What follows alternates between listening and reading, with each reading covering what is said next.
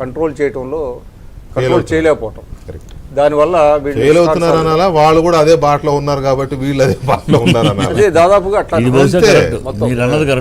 అది అట్లాగా జరుగుతున్నది. ఇది ఇవాళ రెండు రాజకీయ పార్టీలు, మీరు మొదట్లో చెప్పినట్టుగా రెండు రాజకీయ పార్టీల మధ్య వివాదం. ఇందులో అక్కినేని నాగార్జున గారికి వాళ్ళ అబ్బాయికి సంబంధం లేదు, సమంత గారికి సంబంధం లేదు. ఆయన ఈమె విచిత్రం ఏంటంటే ఆమె ఎక్కడ కామెంట్ చేసిందో చెప్పంటారా? బాపు ఘాట్ దగ్గర. అవును, బాపు ఘాట్కి గాంధీ గారికి నివాళులు అర్పించి బయటకు వచ్చి ఆ బాపు ఘాట్ దగ్గర ఆ వ్యాఖ్యలు చేశారు.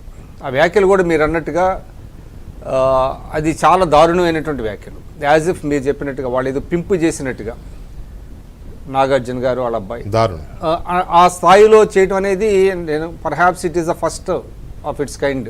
మొత్తం ఇండియన్ ఫిల్మ్ ఇండస్ట్రీలోనే ఇటువంటి దారుణమైనటువంటి కామెంట్ వారు చేసినట్టుగా అనుకోవాలి. అయితే ఎందుకు నేను చెప్తున్నానంటే గాంధీ గారి ఘాటుకి కొన్ని అడుగుల దూరంలో బయటకు వచ్చి చేయటం అంటే గాంధీ జయంతి రోజున గాంధీ గారికి నివాళులు అర్పించి, ఏ నివాళులు అర్పించుంటారు ఈ రాజకీయ నాయకులు? గాంధీ గారు చెప్పింది ఏంటి? గాంధీ గారి బేసిక్గా ప్రతి పొలిటీషియన్కి ఒకటి ఉండాలన్నారండి, అది సహనం. టాలరెన్స్ ఉంటే అన్నీ వస్తాయన్నాడు ఆయన. బేసిక్ క్వాలిటీ ఓ టాలరెన్స్, సహనం. అవతల వాళ్ళు మాట్లాడిన దానికి, అవతల వాళ్ళు తినేదానికి, అవతల వాళ్ళు వేసుకునే దుస్తుల పట్ల నీకు ఒక సహనం ఉండాలి. సహనం ఉంటే అన్నీ వస్తాయి అన్నాడు ఆయన. శాంతి వస్తుంది అన్నాడు. సహనం ఉంటే శాంతి ఉంటుంది, సహనం ఉంటే చాలా ఇంకా మిగతా అన్ని క్వాలిటీస్ వస్తాయి. కాబట్టి బేసిక్గా ఉండాల్సింది సహనం. ఇవాళ రాజకీయ నాయకుల్లో లోపిస్తుంది సహనం. సహనం కోల్పోయి రకరకాలుగా మాట్లాడుతున్నారు.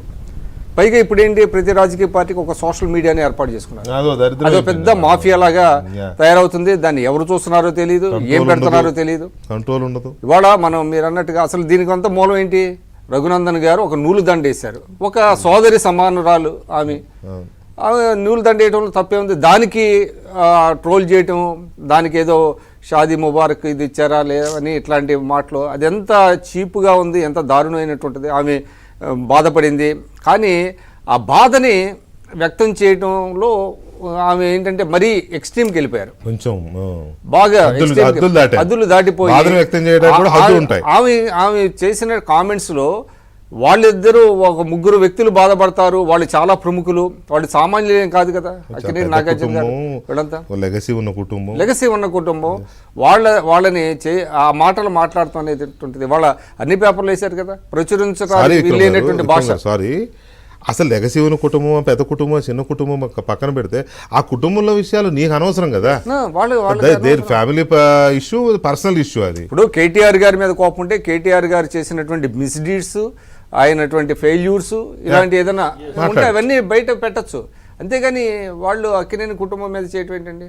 అందుకనే అక్కినేని అమల గారు చాలా ఘాట్ అయినటువంటి ట్వీట్ చేశారు అందరికంటే కూడా. అందువల్ల ఇవాళ మహేష్ కుమార్ గౌడ్ గారు పిసిసి ప్రెసిడెంట్, ఆయన కొత్తగా అయ్యారు.